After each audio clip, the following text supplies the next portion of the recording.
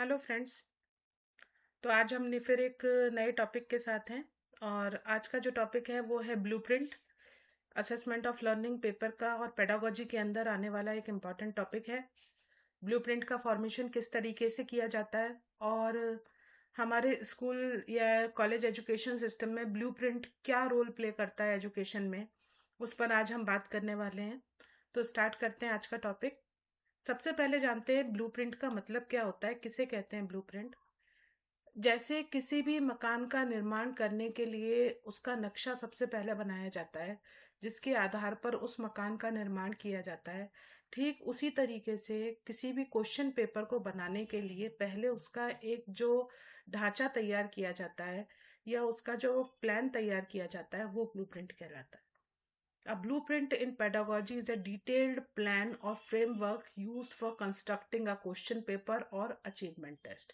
किसी achievement test का या क्वेश्चन पेपर का निर्माण करने के लिए जो विस्तृत रूप से एक प्लान तैयार किया जाता है या जो फ्रेमवर्क तैयार किया जाता है उसे ब्लूप्रिंट कहा जाता है।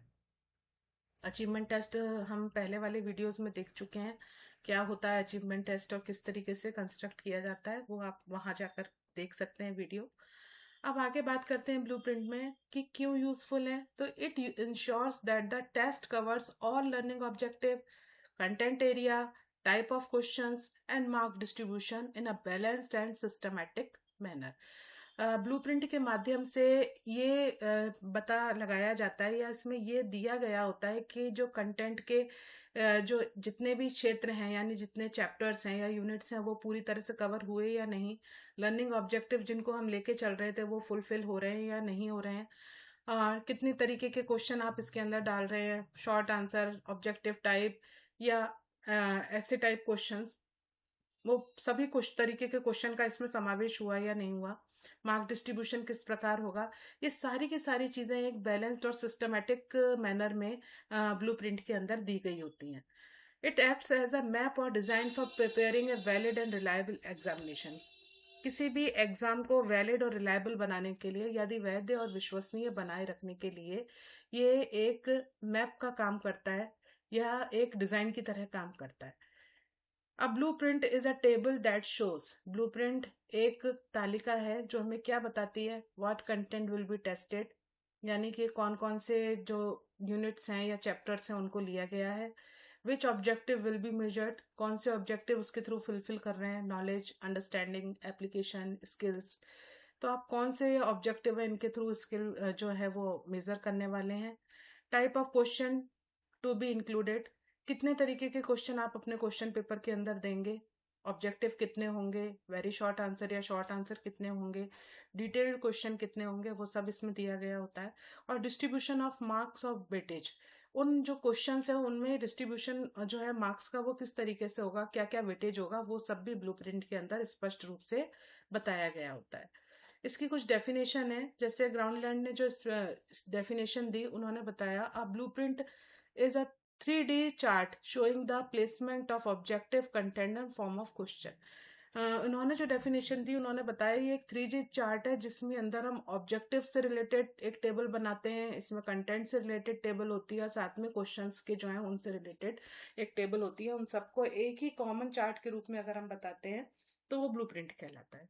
एजुकेशनल जो मीनिंग है इसका, it is a plan prepared before constructing a test to ensure balanced representation of syllabus and objective। ये बात हम पहले ही कर चुके हैं कि ये एक प्लान होता है जिसके बेस पर ऑब्जेक्टिव्स का, सिलेबस का या जो कंस्ट्रक्शन किस तरीके से किया जाएगा उस सब का एक पूरी तरीके से प्लान बताया गया होता है, फ्रेमवर्क दिया गया होता है। क्या जरूरत है ब्लूप्रिंट की, नीड ऑफ ब्लूप्रिंट क्या है, it ensures balanced cover of syllabus. सभी जो सिलेबस के पॉइंट्स हैं उन सबको इसके अंदर कवर किया जाता है। Prevents over emphasis on any topic, किसी भी एक पर्टिकुलर टॉपिक पर या चैप्टर के ऊपर ओवर एम्फोसिस नहीं किया जाता कि सारे क्वेश्चन उसी में से दे दिया, बाकी क्वेश्चंस को इक्वल वेटेज मिल ही नहीं पाया, ऐसा नहीं होता है। हाँ, कुछ नंबर ज्यादा हो सकते हैं किसी पर्टिकुलर यूनिट के, लेकिन ऐसा नहीं है कि सारे नंबर एक ही यूनिट में से दें तो बाकी सब में से हम डिवाइड ही नहीं कर पाए। Maintains validity of test, validity of test का मतलब ये हो गया कि जिस चीज को मेजर करना चाहता है ये उसी टेस्ट को उसी पैरामीटर्स को ध्यान में रखकर इसको फ्रेम किया जाता है। Helps in systematic question paper setting, systematic question paper को सेट किया जाता है। ये डिस्ट्रीब्यूशन ऑफ मार्क्स को जो है वो इंश्योर करता है। टीचर्स के जो क्वेश्चन प्रिपेयर करते हैं करने होते हैं उनको गाइड करता है कि किस टाइप के क्वेश्चंस उनको अपने क्वेश्चन पेपर में देते हैं। साथ ही रिड्यूसेस एग्जामिनर्स बायस, ये जो परीक्षक होता है उसके भी पक्षपात की जो संभावना है उनको कम करता है, क्योंकि उसमें क्लियर कट दिया गया है कि कितने पॉइंट्स लेने हैं, क्या क्या नंबर होंगे, किस तरीके से डिसाइड किया जाएगा। तो सब कुछ जब प्री प्लान्ड होता है तो बायस होने के चांसेस कम होते हैं। अब बात करते हैं ऑब्जेक्टिव क्या है ब्लूप्रिंट के। तो पहला ऑब्जेक्टिव है to cover all content area properly, जितना पढ़ाया गया है उन सब में से सारे कंटेंट एरिया को कवर किया जा सके।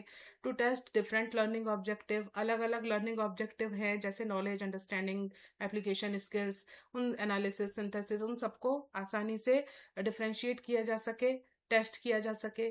To maintain uniformity in examination, हम सभी एक पर्टिकुलर क्लास के लिए जो एग्जामिनेशन ऑर्गेनाइज करते हैं उन सब में एक यूनिफॉर्मिटी को मेंटेन किया जा सके, क्योंकि ब्लूप्रिंट सेम होगा तो टाइप ऑफ क्वेश्चन अलग हो सकते हैं। टाइप ऑफ क्वेश्चन मतलब लैंग्वेज क्वेश्चंस की अलग हो सकती है, लेकिन एक जब यूनिफॉर्मिटी होती है ब्लूप्रिंट के अंदर तो क्वेश्चन पेपर भी लगभग सभी का एक ही डिफिकल्टी लेवल का होता है, एवरेज लेवल का बनाया जाता है ताकि सारे स्टूडेंट्स इसको कवर कर सकें। To ensure proper distribution of marks, इससे जो स्टूडेंट का जो मार्क डिस्ट्रीब्यूशन है वो पहले से ही डिसाइड कर दिया जाता है, इसलिए उसमें बायस होने के चांसेस कम होते हैं। रिलायबिलिटी और वैलिडिटी को ये इम्प्रूव करता है टेस्ट की, और साथ ही साथ डिफिकल्टी लेवल को भी बैलेंस करने का काम करता है। यानी पेपर ना तो बहुत ज़्यादा सरल होता है और ना ही बहुत ज़्यादा कठिन होता है, एक एवरेज पेपर होता है जिसे मैक्सिमम स्टूडेंट कवर कर सकें। अब बात करते हैं कैरेक्टरिस्टिक ऑफ ब्लूप्रिंट की, क्या क्या ब्लूप्रिंट की विशेषताएं हैं। तो पहला ये कॉम्प्रिहेंसिव होता है। कॉम्प्रिहेंसिव मतलब सभी एस्पेक्ट्स जो होते हैं, यूनिट्स और ऑब्जेक्टिव, उन सबको अपने साथ इंक्लूड करता है ब्लूप्रिंट। ये बैलेंस्ड वे में बनाया जाता है, हर एक कंटेंट को और कॉग्निटिव लेवल के बेस पर प्रॉपर वेटेज दिया जाता है। सिस्टमैटिक होता है, यानी टेबुलर फॉर्म में होता है जो आसानी से सबकी समझ में आ सकता है। फ्लेक्सिबल होता है, क्लास के या स्टूडेंट की नीड के अकॉर्डिंग हम इसको मॉडिफाई कर सकते हैं, अगर ज़रूरत पड़े तो इसको मॉडिफाई किया जा सकता है। ऑब्जेक्टिव होता है, यानी कि लर्निंग आउटकम पर बेस्ड होता है, तो इसके बच्चे के एवेल्यूशन के अच्छे चांसेस होते हैं, सही पता चल पाता है कि हम क्या एवेल्यूएट कर रहे हैं। और प्रैक्टिकल होता है, यानी इजी टू यूज और पेपर सेटिंग, पेपर सेट करने के लिए एक आधार प्रदान करने का काम करता है, क्योंकि ब्लूप्रिंट जब बन जाता है तो उसके आधार पर पेपर तैयार करना शिक्षक के लिए बहुत ईजी हो जाता है। अब बात करते हैं कंपोनेंट्स क्या क्या है इसके। तो कंपोनेंट्स में पहला है कंटेंट एरिया।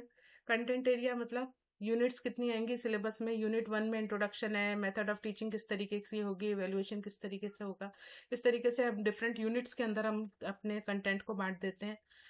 लर्निंग ऑब्जेक्टिव है वो ब्लूम टेक्सोनॉमी के अकॉर्डिंग सेट कर दिए जाते हैं। Knowledge, understanding, application skill, analysis, synthesis जो है वो लर्निंग ऑब्जेक्टिव को सेट किया जाता है, तो एक मेन कंपोनेंट लर्निंग ऑब्जेक्टिव है।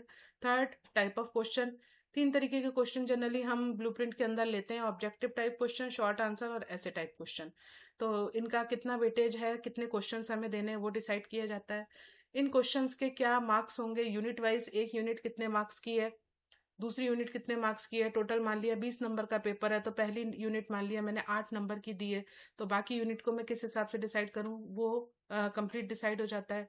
ऑब्जेक्टिव के बेस पर मार्क्स को डिसाइड कर दिया जाता है, यानी कि ऑब्जेक्टिव बेस पर मतलब मेरे को अपने 20 नंबर के पेपर में 10 नंबर के ऑब्जेक्टिव देने, एक एक नंबर के, और 2-2 नंबर के मैं 2 शॉर्ट आंसर दे दूंगी, और जो बाकी नंबर बचेंगे वो ऐसे टाइप को दे दूंगी। तो ये वेटेज जो होता है वो डिसाइड कर लिया जाता है। और डिफिकल्टी लेवल क्या होगा, मैं किस तरीके के क्वेश्चन दूं अपने स्टूडेंट को, वो सब भी उनका वेटेज भी देखा जाता है। जैसे ऐसे टाइप क्वेश्चन के मार्क्स ज़्यादा रखे जाते हैं, ऑब्जेक्टिव के मार्क्स कम रखे जाते हैं, मीडियम मार्क्स रखे जाते हैं शॉर्ट आंसर के। इस तरीके से डिफिकल्टी लेवल को भी डिसाइड कर दिया जाता है। और लास्ट पॉइंट जो है कंपोनेंट इसका, वो है डिफिकल्टी लेवल, यानी पेपर किस लेवल का बनाया मैंने, बहुत ईजी बना रहे हैं या एवरेज बना रहे हैं या डिफिकल्ट बना रहे हैं। तो जनरली जो टीचर होता है वो एवरेज पेपर बनाता है, ताकि स्टूडेंट्स जो होते हैं क्लास के मैक्सिमम स्टूडेंट्स उसको कवर कर सकें और उनका लर्निंग आउटकम हम देख पाएँ कि वो कितना सीखे हैं। अब ब्लूप्रिंट का प्रिपेयर करते समय कुछ स्टेप्स जो होते हैं, 5 स्टेप हमने यहाँ पर लिए हैं जिनको फॉलो करना पड़ता है। पहला, एनालिसिस ऑफ सिलेबस। हमें सिलेबस को एनालाइज करना पड़ता है कि हमें कितनी यूनिट्स में देनी है, कितने सब टॉपिक्स इसके अंदर आ रहे हैं, उस बेस पर हमें प्रिपेयर करना है। मान लिया मैंने 5 चैप्टर मुझे लेने हैं, तो मुझे 5 चैप्टर के अंदर कितनी यूनिट्स बन सकती हैं, मेरी क्या क्या सब टॉपिक्स में ले सकती हूँ, वो सब डिसाइड करना होता है।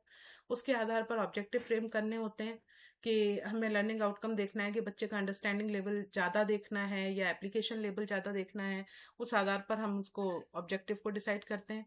फिर उनको वेटेज देते हैं कि जितने ऑब्जेक्टिव आपने लिए हैं, यूनिट आपने लिए, उसके आधार पर कितने कितने मार्क्स आप डिस्ट्रीब्यूट करोगे। उसके बाद में टाइप ऑफ क्वेश्चन सेलेक्ट करते हैं कि ऑब्जेक्टिव, शॉर्ट आंसर और ऐसे टाइप आंसर आप इन यूनिट में से किस में से देना, ऐसे टाइप किस में से दोगे, या कौन से चैप्टर में से दोगे, शॉर्ट आंसर कौन से चैप्टर में से दोगे, वो सब डिसाइड होता है। और लास्ट में इनको एक टेबुलर फॉर्म में सिस्टमेटिकली प्रेजेंट किया जाता है ताकि जो भी कोई देखे उसकी आसानी से समझ में आ जाए। जैसे हम अब देख रहे हैं, एक ब्लूप्रिंट का एक फॉर्मेट है छोटा सा जो हमने यहाँ पर लिया है। इसमें एक कंटेंट एरिया और टाइप ऑफ क्वेश्चन की 2 टेबल यहाँ पर ली गई हैं। तो कंटेंट एरिया जो है, इसमें इन्होंने 3 यूनिट्स ली हैं और इन 3 यूनिट्स में इन्होंने नॉलेज, अंडरस्टैंडिंग, एप्लीकेशन, इन 3 जो लर्निंग आउट ऑब्जेक्टिव है उनको लेते हुए पहली यूनिट में से 2 क्वेश्चन नॉलेज के लिए हैं, 2 सेकंड यूनिट में से लिए हैं और 1 इसमें से। तो कुल 5 क्वेश्चन इन्होंने नॉलेज के लिए हैं, 8 अंडरस्टैंडिंग के लिए और 7 एप्लीकेशन के, और 20 नंबर जो है टोटल नंबर का इन्होंने एक पेपर बनाया है। तो इस तरीके से यहाँ पर फॉर्म हमने किया। अब ये 20 नंबर का जो टेस्ट बनाया उसमें कितने क्वेश्चन इन्होंने दिए हैं वो हमें अगली टेबल से पता चलेगा।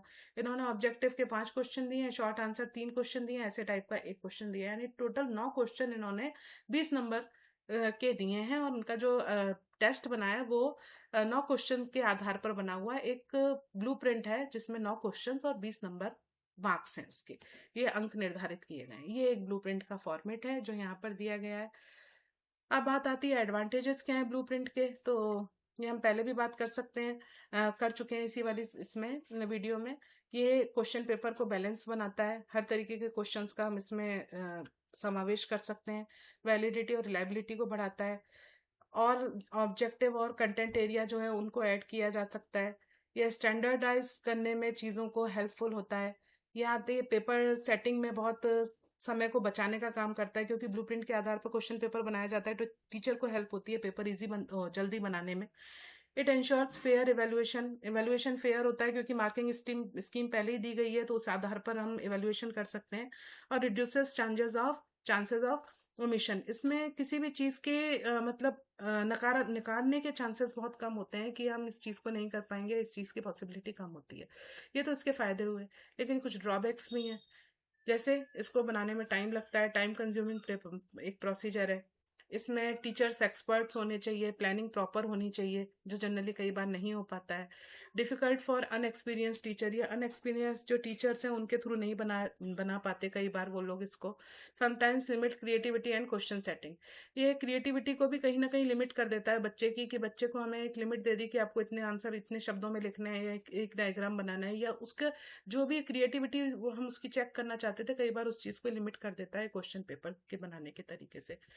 अब बात आती है क्या ज़रूरत है, क्या इंपॉर्टेंस है, तो क्वालिटी एग्जामिनेशन को एनहांस करता है, टीचिंग लर्निंग प्रोसेस को इम्प्रूव करता है, ट्रांसपेरेंसी बनाता है असेसमेंट प्रोसीजर के अंदर, ऑब्जेक्टिव बनाता है इवेल्युएशन को, और साथ ही साथ स्टूडेंट को सिस्टमेटिकली काम करने के लिए प्रमोट करता है। तो ये आज का टॉपिक था ब्लूप्रिंट, जिसके आधार पर अचीवमेंट टेस्ट बनता है। आशा करती हूँ आपको समझ में आया होगा। अगर आया हो तो कमेंट करके मुझे बताइए, वीडियो को शेयर कीजिए और चैनल को सब्सक्राइब कीजिए। अगले टॉपिक के साथ जल्दी मुलाकात होगी। धन्यवाद।